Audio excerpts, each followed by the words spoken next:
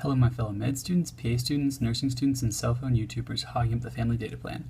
My name is Sebastian with DoctoredImagesMD, and this is the Great Huntingtons. Now you may notice the park we are starting in here is the exact same park as we saw in a Walk in the Parkinson's video.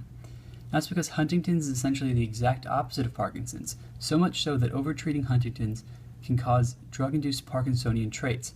Now let's see why. In the park there are two pathways, the direct and the indirect. In Huntington's, the indirect pathway is blocked.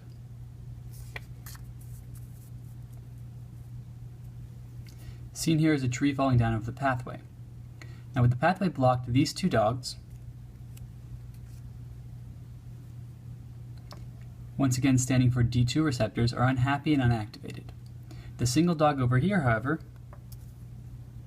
standing for your D1 receptor, is happily plodding his way down his open path. So why is this occurring?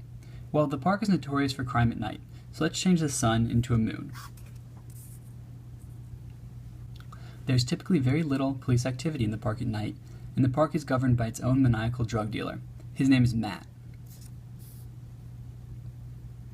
Now we'll get back to him in a minute, but for now know that Matt has some very strange rules for his park. The first is there's no fish allowed in the park. That's right, the park is cod-free because in Huntington's, the caudate putamen is atrophied. On an MRI, this would be seen as a caudate atrophy with ex vacuo dilation of the frontal horn. The caudate putamen loss occurs because of an autosomal dominant mutation caused by triplet expansion in the Huntington gene. When more than 40 CAG or CAG repeats are present, Huntington's is the result. This expansion typically gets more profound in subsequent generations as the number of repeats increases. More repeats means the age of onset decreases in subsequent generations. This demonstrates something called anticipation. To represent this, we see the direct pathway, CAG repeats. There are 4 of them because 40 repeats, and the Huntington gene itself is on chromosome 4. The end result of this is an abundance of dopamine. There's so much dope in the park that Matt, our maniacal drug dealer, is simply giving it away for free. Hence this sign for free dope. I'm unsure of his business model, but it seems to be working as patrons attend the park for the free drug. Here's one of those patrons who, high on marijuana, which as we know from the reefer madness scare campaigns of the late 1930s, causes your young boys and girls to become engulfed in a drug-crazed abandon as they trek across the country as murderous, sexually devious marijuana addicts.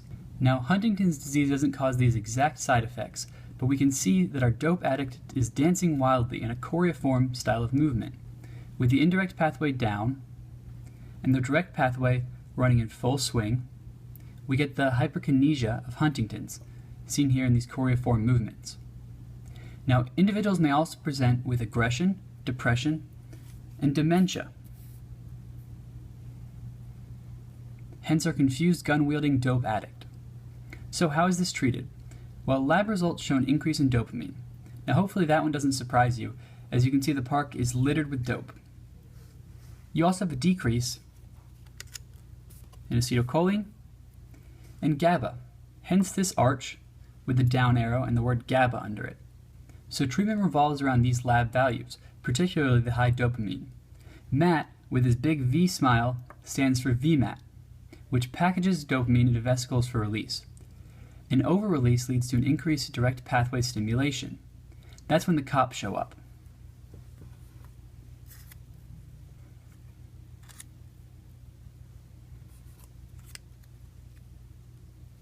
The 4 police officers, all named Ben, arrest VMAT, help clean up the dopamine, and open up the indirect pathway. So tetrabenzene saves the day. Another VMAT inhibitor is reserpine. So let's pretend this tree is a pine tree, making it easier to remove. The third drug of choice is haloperidol.